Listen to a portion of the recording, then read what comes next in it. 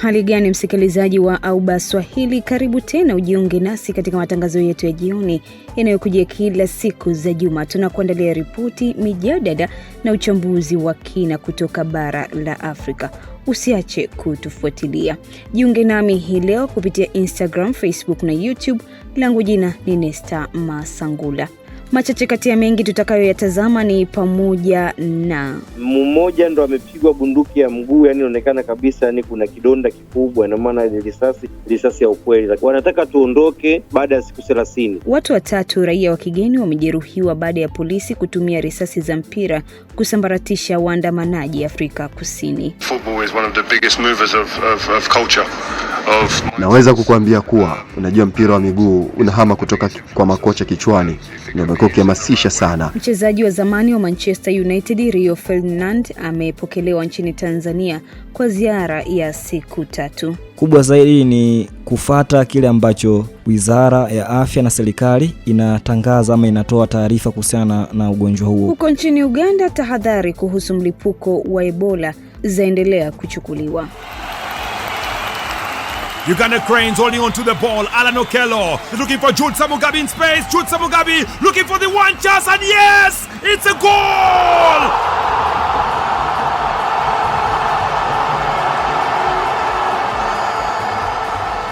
Habari kubwa ambayo leo inazungumzwa kila pembe ya dunia ni kuhusiana na klabu ya Arsenal pale nchini Uingereza kutoa ubingwa wa ligi kuu ya EPL baada ya ukame wa miaka 22 bila kufanya hivyo. Hatimaye Arteta ameweza kuwatoa huko na sasa wamekuwa mabingwa wapya wa ligi kuu ya nchini Uingereza kwa msimu wa mwaka 2025-26. Lakini kwingineko, maandalizi ya AFCON 2027 yameendelea kushika kasi. Timu mbalimbali zimeshapewa nani anapambana na nani katika kuania kufuzu michuano hiyo ambayo itafanyika kule nchini Tanzania, Kenya pamoja na Uganda. Mimi ni Ali Choolo, ungana nami wasawa michezo utakapowadia. Na hayo ni machache tu kati ya mengi. Usiache kuendelea kutufuatilia hapa ndani ya Auba Swahili. Na sasa ni taarifa ya habari kutoka studio ikisomwa na Ramadhani Mgwadu.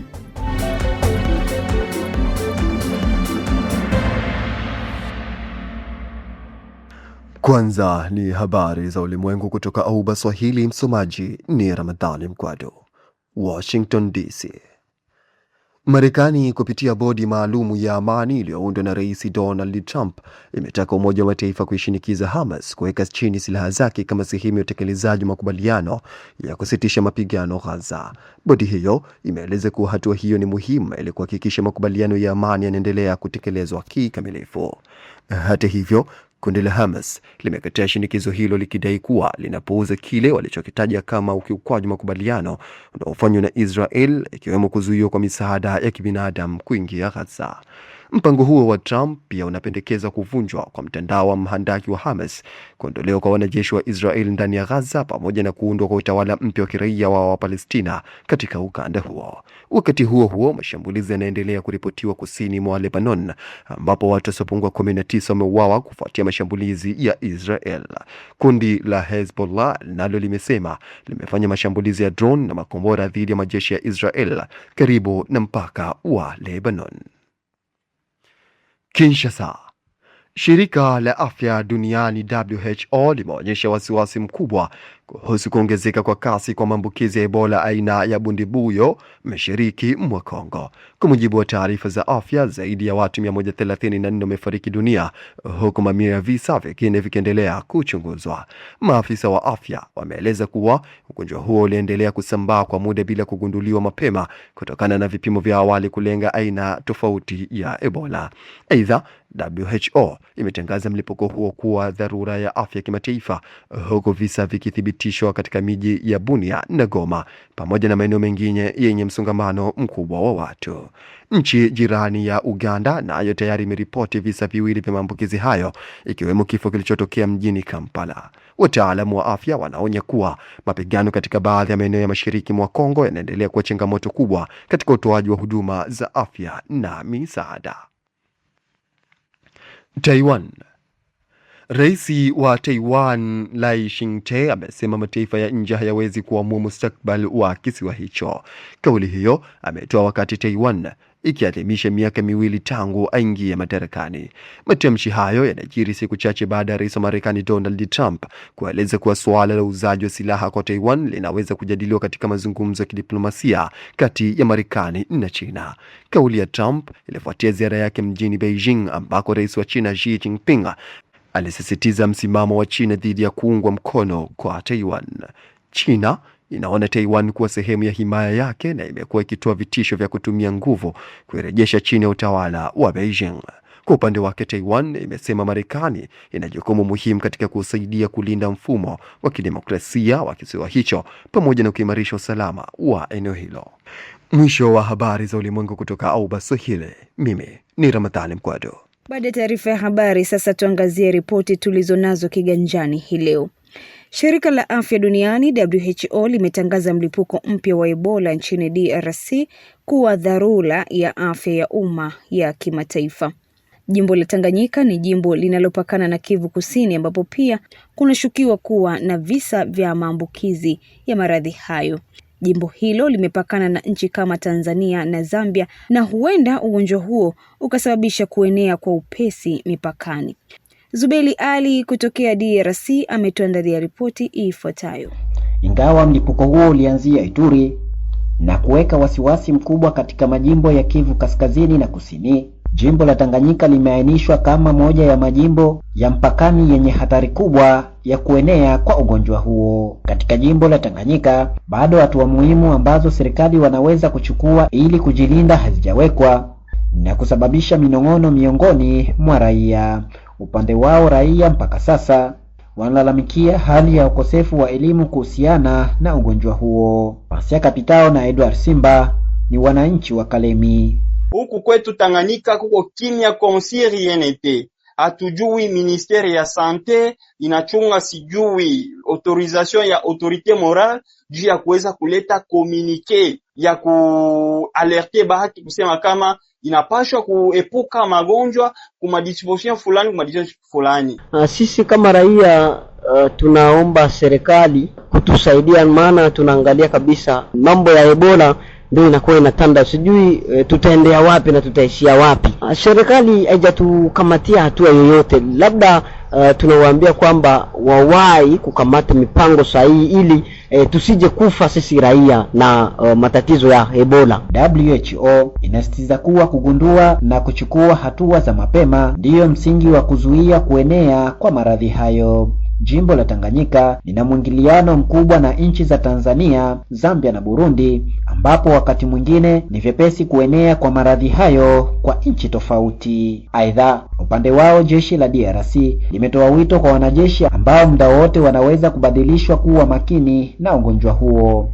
Captain John Monta ni msemaji wa jeshi jimboni Tanganyika. Tutasali kuambia wandugu zetu wanajeshi wa taifa hapa kwetu Kalemi na polisi pia ya kwamba ugonjwa wa Ebola umelipuka tena. Kama ugonjwa uyupo, basi ni wakati muhimu wa mwanajeshi kuwa na namna zote za kufuatilia vizuri ile ambazo wanaitia ukingo kwa sababu magonjwa yote. Wasiwasi upo, na ndio sababu tunakuja kwa vyombo vya habari kuleta habari kama hizo. Kufika Kalemi hapa unaweza kwenda Lubumbashi, unaweza kutoka kwenda uenda Uvira, hapa unaweza kwenda hata Zambia. Wadokta wetu hapa kwetu Kalemi wamekwisha kujipanga zaidi na kuambia wanajeshi kwenye paradi ya kwamba Ebola zipo, basi tujikinge. Kujikinga kwao ni usafi. Rais wa DRC Felix Tshisekedi alisisitiza hivi majuzi kutekelezwa mara moja hatua zote muhimu ili kuimarisha udhibiti dhidi ya homa ya Ebola katika majimbo kadhaa nchini.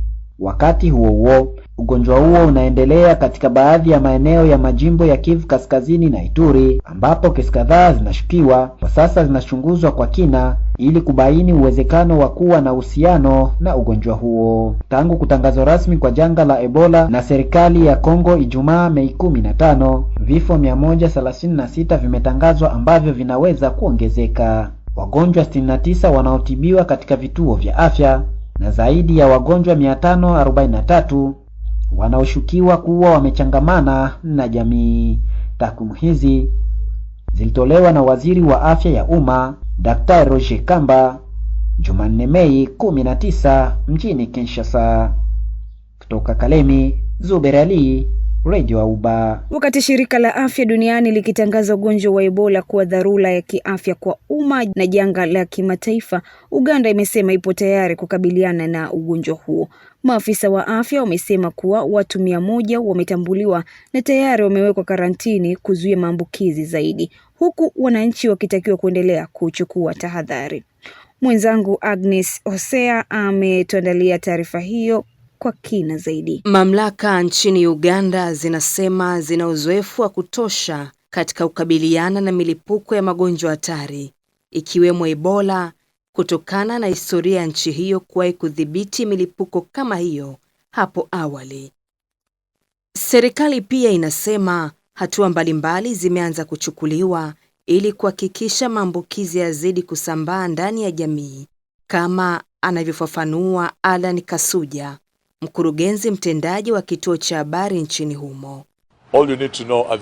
Mnachohitaji kujua kwa sasa ni kwamba zaidi ya watu 100 wametambuliwa, wamewekwa karantini na wanapatiwa matibabu na wataalamu wa afya wenye uzoefu mkubwa. Hilo ndilo jambo muhimu. Mambo mengine yote ni upotoshaji wa mijadala. Uganda imewahi kudhibiti Ebola kwa ufanisi mkubwa hapo awali. Uganda pia ilisimamia vizuri sana janga la virusi vya corona.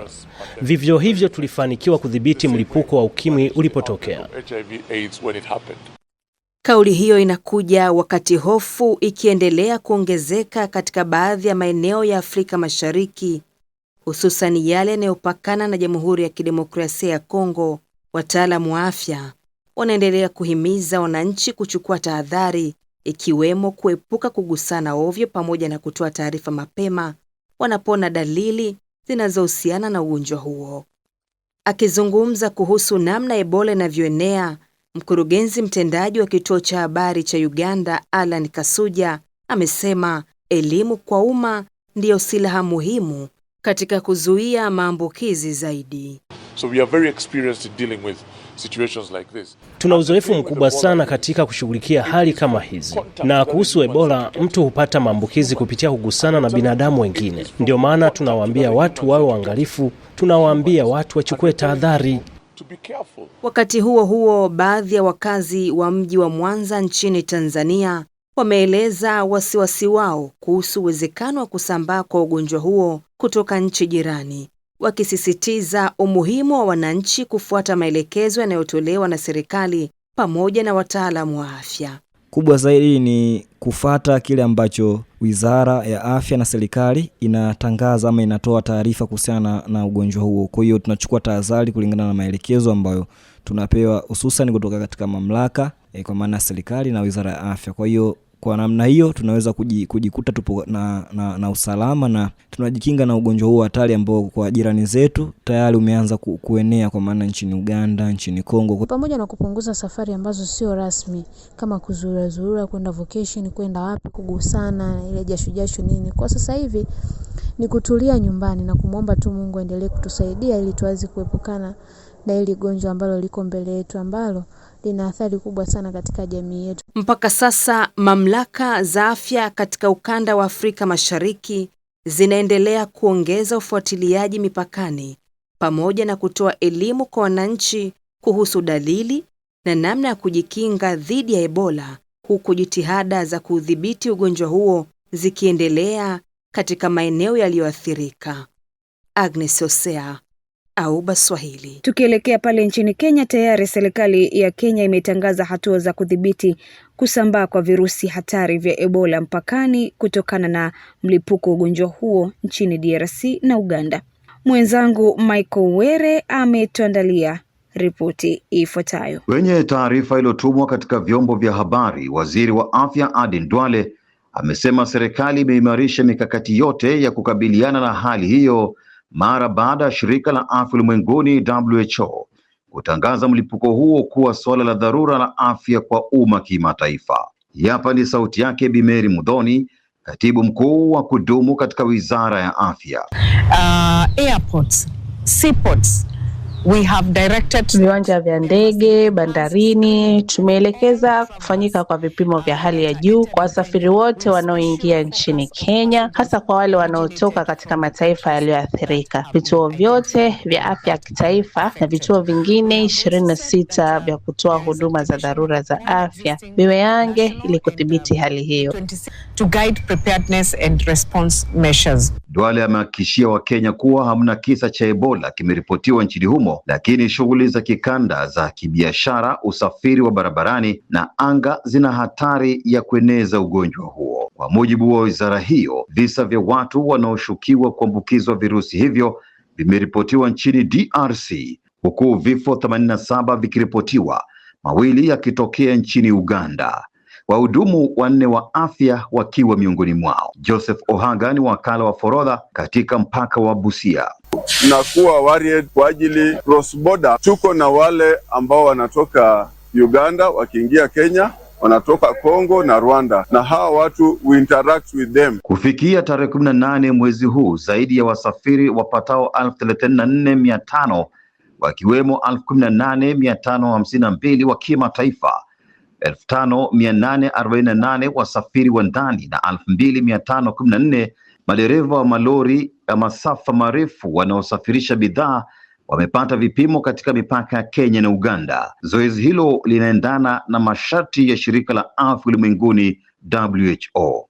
Mama Rose Ochieng ni mfanyabiashara wa mpakani. Serikali wanaweza saidia sisi wakati tuna cross, na wanatupima na waweke sanitizer, watupime kabla tujaenda, watupime tena kama tunarudi. Dalili za ugonjwa huo ni kuwa mgonjwa hupata dalili zinazofanana na mafua au malaria, ambazo ni pamoja na homa kali ya ghafla, uchovu mwingi na udhaifu wa mwili, maumivu ya kichwa, maumivu ya misuli na viungo. Kisha uzidisha kwa kutapika mara kwa mara na kuharisha, maumivu ya tumbo, kupoteza hamu ya kula na vipele kwenye ngozi. Hali inapozidi, mgonjwa hutokwa na damu, ambapo ugonjwa hushambulia viungo na kusababisha kutokwa na damu bila sababu maalum kupitia sehemu za wazi kama vile macho, pua, masikio na mdomo. Michael Were Muhusia, Auba Swahili Radio, Nairobi. Na msikilizaji, tunahama kutoka nchini Kenya na sasa tunaelekea kusini mwa Afrika.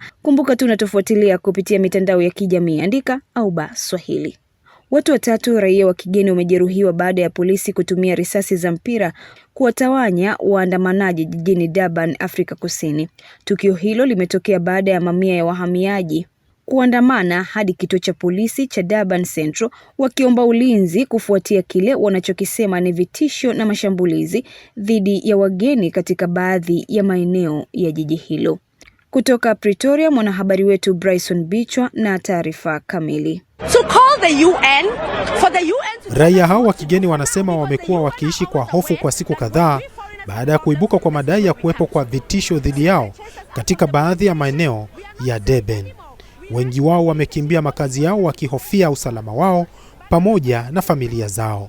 Mmoja wa waathirika hao ni Zainabu Hassan, raia wa Burundi, ambaye anasema hali ilianza kubadilika baada ya kushambuliwa na raia wa Afrika Kusini katika eneo analoishi. Nyumba yangu dirisha lipo barabarani, wamepiga jiwe kioo kimeondoka, kimetoka kabisa akipo. Sasa ikiwa kwamba maandamano ya kawaida wametumia manati, hiyo siku ambayo wamesema ni deadline ndo tutauawa? Hiyo kitu kikao kimetufanya tukahamaki kabisa, watu wengi ndo tumekamata maamuzi hayo. Tuombe serikali watu protect. Waandamanaji hao wanasema walielekea katika kituo cha polisi kuomba hifadhi na ulinzi, lakini hali ilibadilika mara baada ya polisi kuanza kutumia mabomu ya machozi pamoja na risasi za mpira kuwatawanya.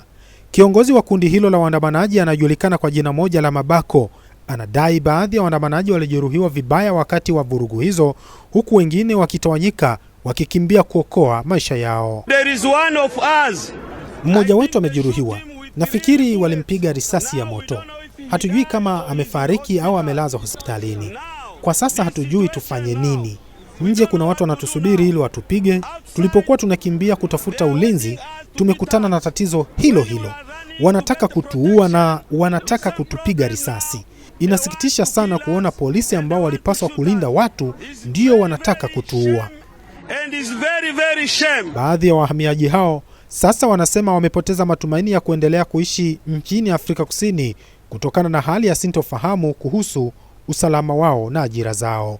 Mrisho Ramadhani kutoka Tanzania ni mmoja wa waandamanaji waliojeruhiwa katika vurugu hizo. Mmoja ndo amepigwa bunduki ya mguu, yani inaonekana kabisa yani kuna kidonda kikubwa, na maana ile risasi ya ukweli, lakini wengine wamepigwa bullet. Rubber bullet, yeah. Okay.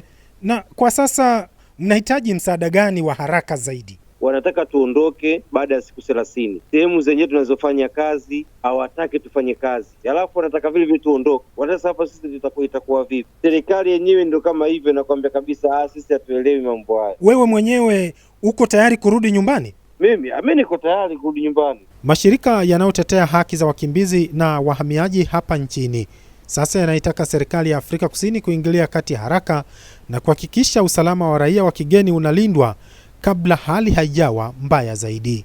Jean Butoki kutoka jukwaa la mashirika ya wakimbizi Afrika Kusini anasema hofu walionayo wahamiaji hao ni kubwa kiasi kwamba hawaoni tena usalama wa kurejea katika maeneo yao ya makazi. Hawajisikii salama kwa sababu hawawezi kusubiri hadi tarehe 30 Juni, siku ambayo waliambiwa wao wameshaondoka nchini. Vinginevyo watauawa. Wanapaswa kuchukua hatua sasa. Wanahitaji usalama sasa hivi. Hadi sasa polisi nchini Afrika Kusini hawajatoa taarifa rasmi kuhusu madai ya matumizi ya nguvu dhidi ya waandamanaji hao, huku wahamiaji wengi wakiendelea kusalia katika maeneo ya hifadhi yasiyo rasmi kwao wakisubiri hatua za serikali kuhusu usalama wao.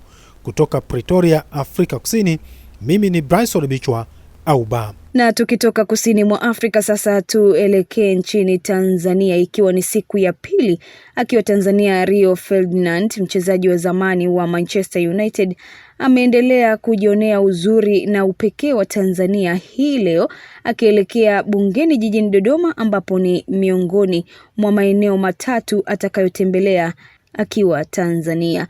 Mwandishi wetu Yahya Lisu anaangazia kwa undani ujio wa Rio Ferdinand na namna atakavyoitangaza Tanzania kitalii duniani. Ni siku ya pili akiwa Tanzania. Gwiji wa soka duniani na timu ya taifa ya Uingereza Rio Ferdinand ameendelea na ratiba yake hapa nchini Tanzania. Leo Mei 20, 2026 ameelekea jijini Dodoma kwa usafiri wa treni ya kisasa SGR kwa ajili ya kutembelea Bunge la Jamhuri ya Muungano wa Tanzania pamoja na vivutio mbalimbali vilivyopo katika jiji hilo.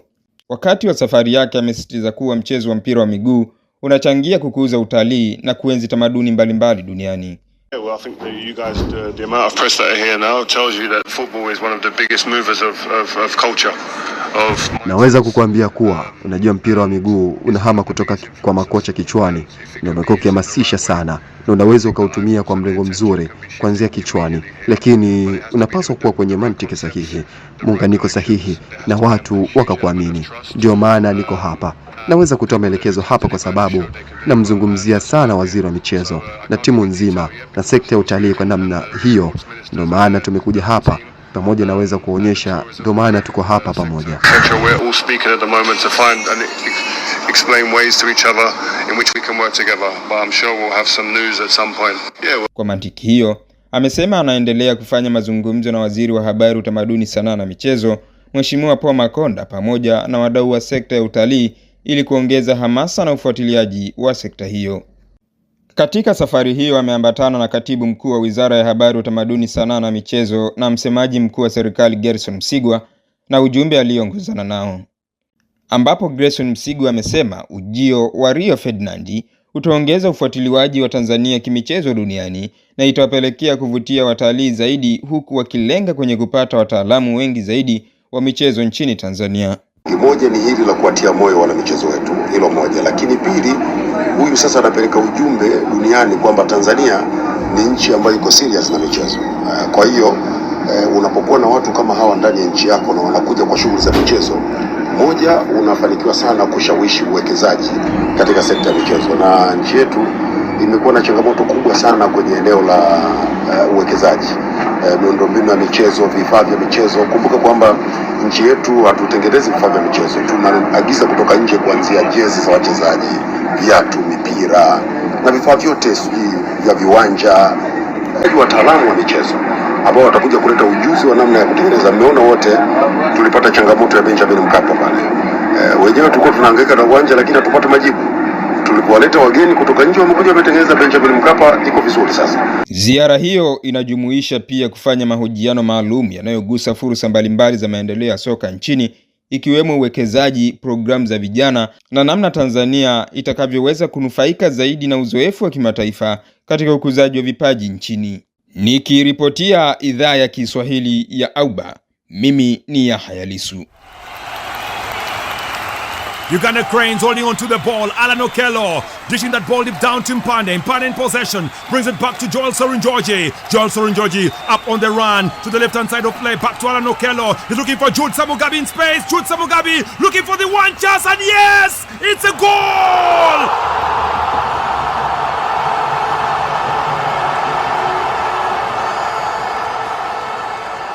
Sasa ni wasaa wa kuelekea viwanjani kwa habari za kimichezo. Mwenzangu Ali Choholo anatupasha yale yaliyojiri viwanjani. Ali Choholo, karibu, uwanjani wako sasa. Asante sana na karibu katika wasaa wa michezo kutoka hapa idhaa ya Kiswahili ya Auba Radio. Mimi ni Ali Choholo. Bwana kubwa leo ni kuhusiana na kile ambacho kinaendelea ulimwenguni kwa sasa kwa mashabiki wa klabu ya Arsenal ambao wanaendelea kusherehekea ubingwa baada ya miaka 22 kupita patupu, na hatimaye usiku wa kuamkia leo wameweza kutawazwa kwa mabingwa wa ligi kuu pale nchini Uingereza kwa msimu wa mwaka 2025-26 baada ya mahasimu wao wa karibu klabu ya Manchester City kulazimishwa sare ya kufungana bao 1-1 dhidi ya Bournemouth ambayo inashika nafasi ya 6 katika msimamo wa ligi kuu nchini Uingereza EPL. Kwa matokeo hayo ya jana, City anabaki na alama 78 katika nafasi ya pili ya msimamo, huku Arsenal wakiwa kileleni na alama zao 82, wote wawili wakiwa wakibakisha mchezo mmoja kabla ya kufungwa kwa msimu wa EPL kwa mwaka 2025-26. Nimezungumza na Adam Kasim, mchambuzi wa soka kutoka nchini Tanzania, kutaka kufahamu ubingwa huu una maana gani kwa klabu ya Arsenal. Ni namna gani wanakwenda kutoa UEFA Champions League? Ndio ndoto kubwa ya Arsenal, sio EPL. EPL kweli baada ya miaka 22 ya ukame wa makombe, lakini wanaamini kwamba ni vitu ambavyo mzee Wenger ameshavifanya, na tunaamini sasa ile project ya kina Stanley Kroenke angalau kwa 100% sasa imekwenda kutiki, licha ya kwamba inaonekana ni 70 au 80 imekwenda kutiki ndani ya miaka 6. Mikel Arteta anakwenda kuwapa ubingwa, kitu ambacho kwa mzee Wenger yeye ilimchukua miaka miwili tu baada ya kuchukua timu 96, 98 akaenda kuchukua ubingwa. Lakini ni Arsenal ambayo tayari ilikuwa imeshatengezeka kwamba ana watu kama kina Tony Adams, vijana wakati ule kina Patrick Vieira, ana watu kama kina Dennis Bergkamp, goalkeeper namba 1 ya timu ya taifa ya Uingereza David Seaman. Kwa hiyo unaona ni Arsenal ambayo ilikuwa na kina Martin Keown ambao walikuwa na ubora na nafasi kubwa kwenye klabu ya Arsenal na timu ya taifa. Sasa utofauti wa Arsene Wenger ni kwamba yeye alichukua ubingwa akiwa na Arsenal bora, na bado alipewa nafasi ya kufanya usajili watu kama kina Wiltord, baadaye akamleta Henry kutoka pale Juventus na wachezaji wengine kama kina Mark Overmars. Lakini utofauti ni kwamba Arteta yeye ndio ametengeneza ukubwa kina Ben White, ukubwa ama ubora wa kina Bukayo Saka, wa kina Declan Rice ambao wanaonekana kwamba ni kizazi cha dhahabu kwa hivi sasa ndani ya Uingereza na klabu ya Arsenal. Kwa sasa kuna kitu ambacho anatakiwa kukifanya nani Mikel Arteta, kuhakikisha ni Arsenal ambayo inatawala pia soka la Ulaya. Kwa kikosi hiki walichonacho Arsenal kwa sasa, Adam, tutarajie kwamba itakuwa na mwendelezo mzuri katika msimu ujao wa ligi kuu pale nchini Uingereza na klabu bingwa barani Ulaya. Wasiwasi ni kwamba huenda katika msimu ujao miongoni mwa walimu ambao atakuwa na wakati mgumu sana ni mwalimu Mikel Arteta, kwa sababu kwanza ana kikosi bora lakini si kikosi kipana kama ambavyo ilivyo kwa mwalimu Pep Guardiola. Kwa hiyo tarajia fatigue, issue ya majeraha ambayo itakwenda kumsumbua, lakini wingi wa mashindano, na kumbuka baada kutoka hapa wachezaji wengi watakwenda kwenye michuano ya kombe la dunia. Kule unakwenda sasa kuanza msimu katika wakati mgumu sana. Baada ya mwezi August unarudi katika msimu mpya. Wachezaji wametoka kwenye mbio ndefu za ligi kuu na michuano ya kimataifa, lakini wachezaji pia watatoka kwenda kwenye timu zao za taifa. Baada ya pale kwenye timu ya taifa unamchukua mchezaji sasa, unakwenda naye pre-season pale wapi? Chicago, Marekani. Unakwenda naye Dubai na kwingineko duniani. Unafanya pre-season. Unarudi sasa katika msimu mpya wa kimashindano. Tegemea hapo kutengeneza fatiki kubwa ambayo sasa mpaka je kukaa sawa pengine ni msimu ujao, labda mwezi wa 3 au wa 2, ambao sasa timu inategemea itakuwa katika nafasi gani, kitu ambacho tunakiona anakutana nacho hivi sasa mwalimu Ancelotti wa kikosi cha Liverpool. Baada ya kuwapa ubingwa Liverpool, sasa hivi ana struggle kupata hata ile nafasi ya 4. Shida ni nini? Shida ni kwamba hana kikosi kipana kama ambavyo ilivyo kwa Pep Guardiola. Sasa kocha wa Manchester City Pep Guardiola yeye amewapongeza Arsenal na benchi zima la ufundi la klabu hiyo kwa ubingwa huo ambao wameweza kuutwaa kwa msimu huu, akisema kwamba wamestahili tuzo hiyo. Arsenal watakabidhiwa kombe lao siku ya Jumapili wakati pazia la ligi kuu nchini Uingereza kwa msimu huu likifungua rasmi katika mchezo wao dhidi ya Crystal Palace, wakati Manchester City wakihitimisha ratiba yao dhidi ya Aston Villa. Na tuangalie sasa maandalizi ya michuano ya kombe la mataifa ya Afrika kwa mchezo wa soka kwa mwaka 2027 ambako Tanzania, Uganda pamoja na Kenya ndio waandaaji wa michuano hiyo. Sasa maandalizi yanaendelea na wakati tunapozungumza tayari makundi yameshatoka kwa ajili ya kuania kufuzu michuano hiyo kwa mwaka 2027 ambapo timu ya taifa ya Jamhuri ya Demokrasia ya Kongo yenyewe tayari imeshafahamu wapinzani wake ni kina nani katika kundi ambalo wamepangwa. Kwa undani zaidi tujiunge naye mwenzangu Zuberi Ali kutoka kule DRC akitujuza kuhusiana na taarifa hii. Draw hiyo imefanyika Jumanne hii Mei 19 kwenye makao makuu ya shirikisho la soka Afrika mjini Cairo nchini Misri, kwa kuhudhuriwa na vigogo kadhaa wa soka la Afrika akiwemo nahodha wa zamani wa Leopard na TP Mazembe Trezor Mputu. DRC iliwekwa katika kundi E pamoja na Equatorial Guinea, Sierra Leone na Zimbabwe. Kwenye karatasi, Kongo inaonekana kuwa kinara wa kundi hilo kutokana na kiwango cha sasa wanachoonesha. Licha kampeni hiyo ya kufuzu inaweza kuleta mshangao. David Kabeza alikuwa na haya baada ya draw hiyo. Timu ambazo tutakutana nazo ni timu ambazo haziwezi zikatupatia ushindani wa kutafuta tiketi kwa jasho, kwa sababu hapa kuangalia kwenye maandishi DR Congo ni timu ambayo itakuwa timu inapewa upato wa kufuzu nafasi ya kwanza. Kongo hapa tunapita bila shaka na bila matatizo. DRC italazimika kuonesha uthabiti wake ili kupata tiketi yao ya awamu ya mwisho. Ramadhani Kahambwe ni mchambuzi wa michezo na anatoa tathmini yake. Ni mara chache sana Kongo kukutana na hizi timu ambazo imepangwa nazo, kwa hiyo hawajuani kivile sana. Inaweza ikawa ni mechi nzuri na bora zaidi kwa DRC, kwa sababu ukiangalia Kongo kuna wachezaji wao wengi sana ambao huenda wakawa wapya baada ya mashindano ya kombe la dunia. Kwa hiyo hizi mechi zinaweza zikawa ni mechi nzuri sana kwao kuweza kuwajaribu. Siku mbili za kwanza za mchujo zitafanyika Septemba 21 na Oktoba 2026. Siku ya 3 na 4 zitapangwa Novemba 9 na 17, 2026. Wakati siku ya 5 na 6 itafanyika Machi 22 na 30, 2027. Mashindano hayo ya AFCON yatachezwa kwa pamoja nchini Tanzania, Kenya na Uganda kuanzia Juni 19 hadi Julai 17, 2027. Zuberali Auba. Na mtamati ya habari za michezo kutoka hapa idhaa ya Kiswahili ya Auba Radio. Mimi ni Ali Choholo. Asante na kwaheri kwa sasa. Asante sana Ali Choholo. Sasa tuangazie tena habari kuu tulizo nazo hii leo. Mmoja ndo amepigwa bunduki ya mguu, yani inaonekana kabisa ni kuna kidonda kikubwa, na maana ile risasi ya ukweli. Wanataka tuondoke baada ya siku 30. Watu watatu raia wa kigeni wamejeruhiwa baada ya polisi kutumia risasi za mpira kusambaratisha waandamanaji Afrika Kusini. Football is one of the biggest movers of culture.